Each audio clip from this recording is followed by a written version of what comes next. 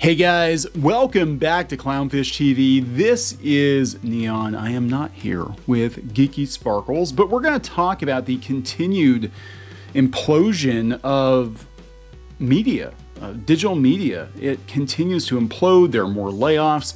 Vice has just laid a bunch more people off. They're apparently moving their offices. And some people on Twitter are salty about the pivot to video. Apparently Vice said that they're doing fine when it comes to video content, but they're not doing fine when it comes to getting page views on their various online publications. And there is a lot of salt in this whole situation. Kind of goes along with what I talked about the other day in regards to the comic book industry being very angry about YouTubers eating their lunch.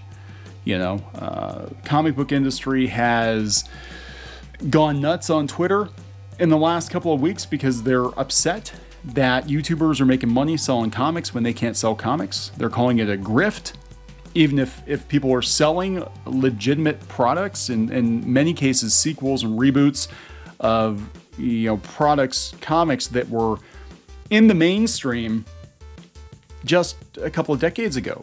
Pit, Cyberfrog, Creed, they were all considered quote-unquote mainstream independent comics back in the day, but now because their creators are using YouTube to sell those comics directly to consumers, they're being called grifters. Grifters. So which is the biggest grift, right? Selling a product to a consumer or living off of venture capital for many years. And that's what a lot of these websites have done.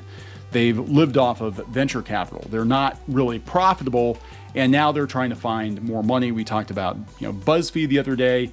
BuzzFeed apparently has cost NBC Universal over $100 million. And they're going to go public. They're going to try to get some more venture capital to keep going. But these blogs, these companies aren't profitable. And Vice has been one of the most troubled.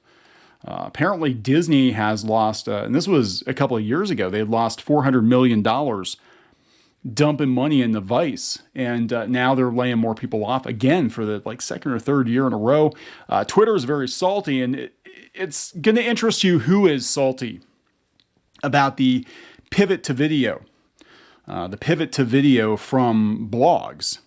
So we're going to talk about that. Before we get into it any further, please subscribe for more pop culture news, views, rants, guys. We're over 232,000 subs. Greatly appreciate the support, really.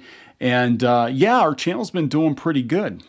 We just kind of give our opinions on pop culture, whatever interests us that day. And we've been keeping an eye on, at this point, I guess you would consider outlets like Vice and BuzzFeed legacy media because they've been around for a while, but they're not profitable. They've been propped up by venture capital, and it's running out. You want to talk about a grift? BuzzFeed is trying to pass itself off as a technology company, a tech company, so it can get a higher valuation.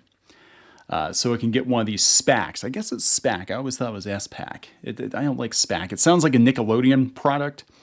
But anyway, they want to go public through one of these companies, and they want to get some more venture capital. And again, which is the bigger grift?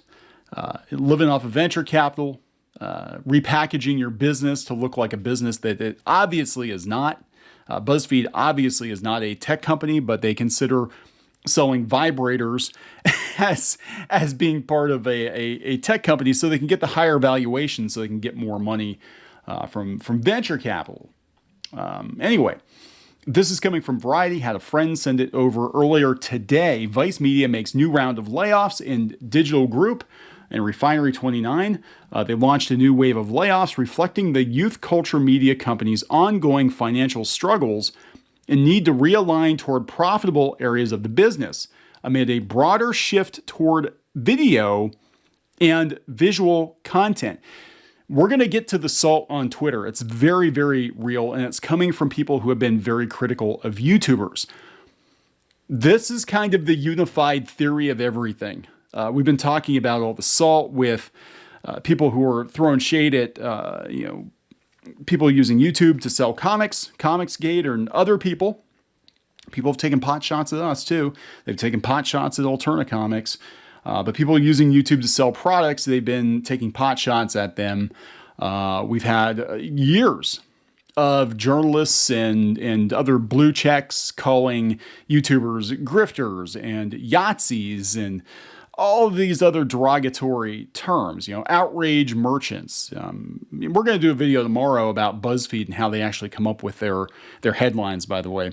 You want to talk about, outrage merchants, you got to look at BuzzFeed and how their headlines are actually generated to catch attention. That's the truth. They actually have an algorithm set up. It's set up in their system. We'll talk about that tomorrow when I get geeky in on that. It's very interesting to hear how these companies, these media companies, come up with their headlines. Anyway, several Vice employees posted on social media that they were laid off Thursday. A source familiar with the situation said fewer than 20 staffers got pink slipped, with the cutbacks coming in North America from the Vice digital and woman-focused Refinery 29 groups. Vice News was not affected, according to the source. So basically, bloggers were let go. A Vice Media Group rep confirmed the company had made layoffs, but declined to comment further. In a joint statement with Vice Union and R29 Union, both of which are affiliated, I'm seeing a through line here. Unions, all these bloggers, journalists, they unionize and then they get gone. Just a theory. It's very easy to cut them because they're like, yeah, these people are going to be a pain in the ass and we're running out of money. So anyway, in a joint statement, the Vice Union and Refinery 29 Union, both of which are affiliated with WGAE, said that 17 staffers were laid off in what has become a macabre annual ritual at this company. Well, they're running out of money. Vice Chief Digital Officer Corey Hake, I think it's Hake or Hayek, in a memo sent Thursday to staffers that was obtained by Variety, said that the layoffs were part of the company's to focus on building content for our digital communities in the native ways they consume it, not blogs, videos. As part of this continued global alignment, we've unfortunately had to say goodbye to some of our friends and colleagues today. We wish them well and thank them for their dedicated service over the years. They wrote that for some of our brands, we know that text continues to be an engaging way to reach our audiences. On the other hand, our digital entertainment brands like Noisy, covering music, and Munchies Food have had remarkable increase in views and engagement through our visual platforms, YouTube and Instagram, but a precipitous decline in text consumption over the last few years, roughly 75%. So their blogs are down 75%, but their video views are up. And we're going to go out and look at some numbers here in a minute or two. According to the memo, the executive producer of digital video and innovation, Cliff Gullibert, will expand his role to lead global Vice digital entertainment brands across all formats and expressions. So now they have global text operations. So they're going to have a separate category for text content. In their statement, the Vice Union and R29 Union said they were dismayed that they acknowledged the layoffs only fleetingly near the end of her memo, which touted the achievement of arbitrary social metrics. We have worked in this industry long enough to know today's metrics are tomorrow's punchlines, and yesterday's pivot is today's clumsy stumble, the union said. So this started a conversation about bloggers versus YouTubers.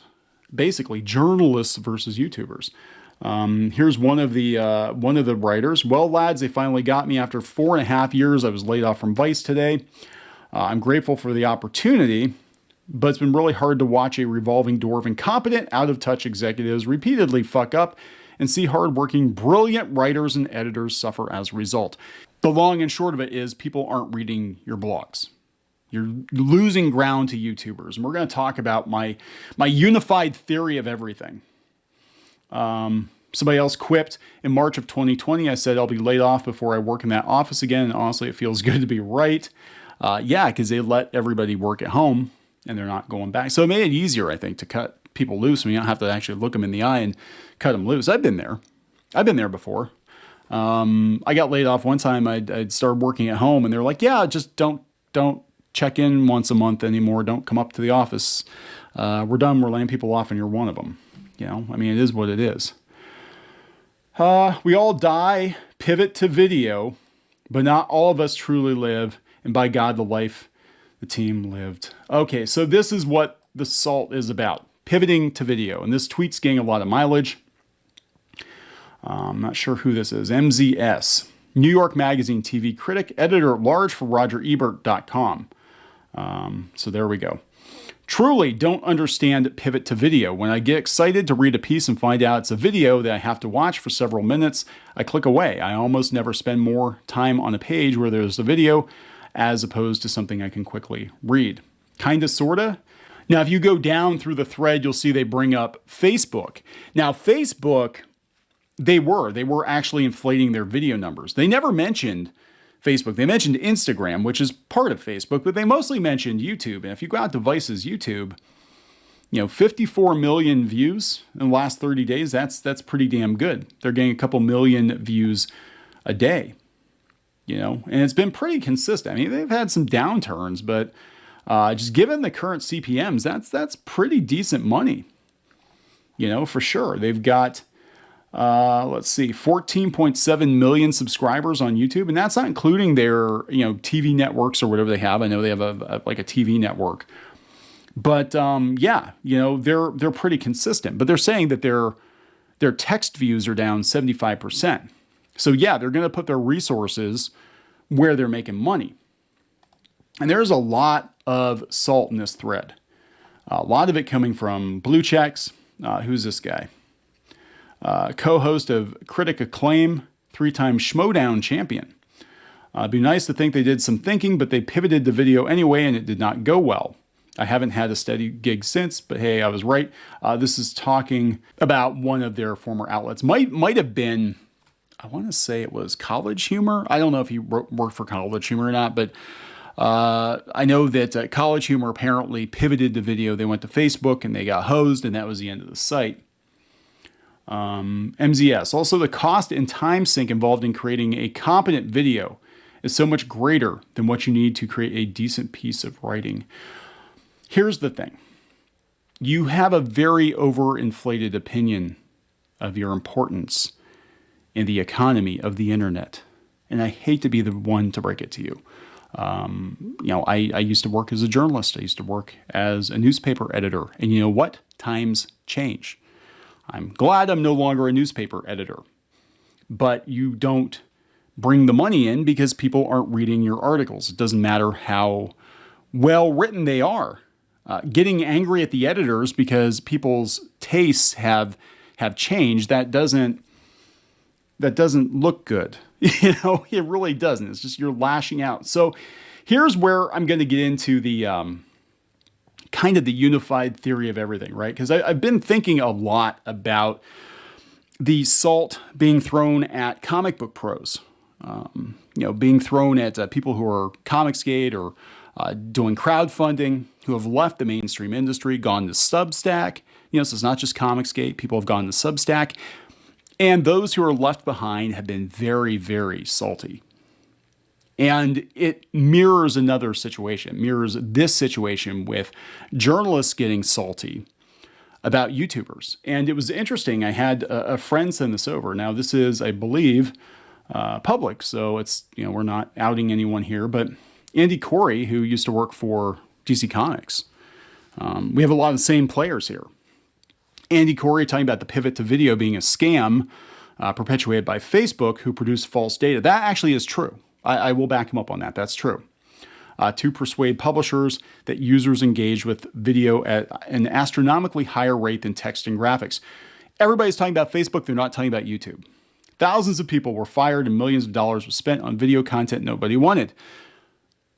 It's legit on YouTube, right? Look who retweeted it. Mike Toole from Anime News Network. Now, Anime News Network doesn't YouTube very well, but 34,000 views in the last month. That's not good. And you go to some of these other outlets too. Nerdist is declining. They've pretty much flatlined. We actually get more. I mean, I'm not trying to brag here, but we actually get more video views than Nerdist, and they have like a whole crew of people working on video. They lay people off. Legendary Well, they're going to supposedly get sold here pretty soon, but they laid a lot of people off. So again, it's the same situation with comics. People are trying to jump to lifeboats, and they're not terribly good at, and they're getting very angry. But I have a unified theory of everything here, given who's commenting. So we have this guy here, Andy Corey, who I think has been, and again, I'm not up on the day-to-day, but I think he's been critical of Comicsgate and YouTubers using the platform to sell comics. And Mike Toole, who works for Anime News Network and literally called us a Yahtzee a couple of years ago because we did a video about Vic Mignogna. We didn't say he was guilty or innocent. We just said there really wasn't enough evidence. There was no smoking gun, and the Anime News Network fabricated evidence. They were using photographs out of context to paint Mignogna as a sexual predator when they were actually consenting fans having their pictures taken with them. So if we've got Anime News Network guy, right, and we've got comics people here, my unified theory of everything is that all of these people overlap on the Venn diagram. I have heard, kind of back channel, that there are groups, multiple groups. I mean, we talked about the Whisper Network before, which was mostly comic book pros, female comic book pros on a Facebook group. Editors, journalists, kind of kibitzing with one another to talk about certain personalities in the industry or push certain people. You know, obviously some planning being done by these people, and they got outed.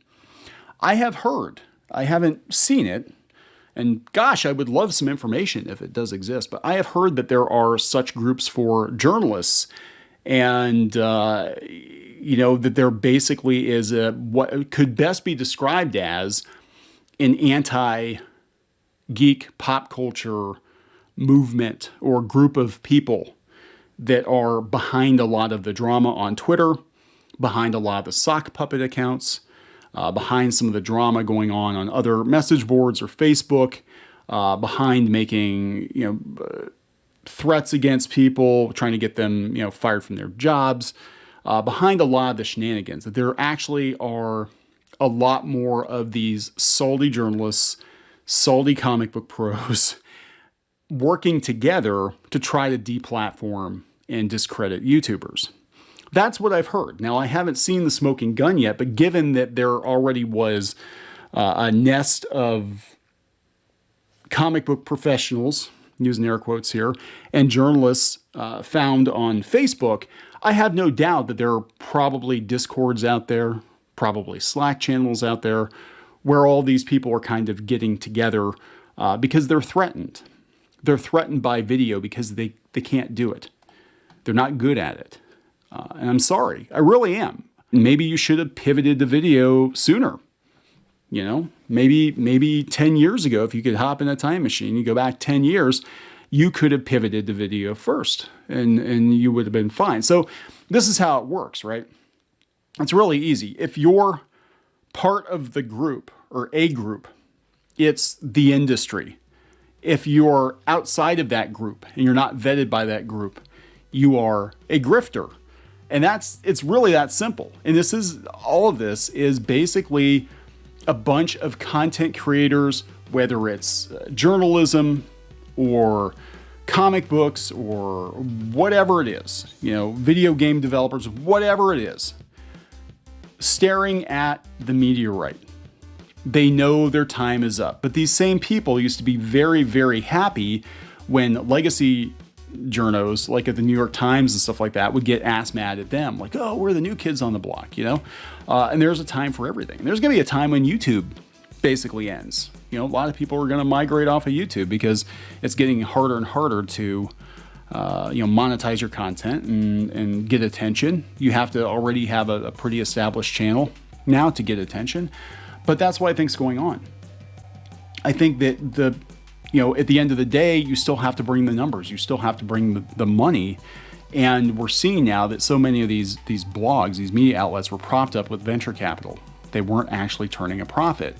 And these journalists were very elitist and very sure of themselves. A lot of them thought they were going to work forever. And I'm asking, which is the bigger grift?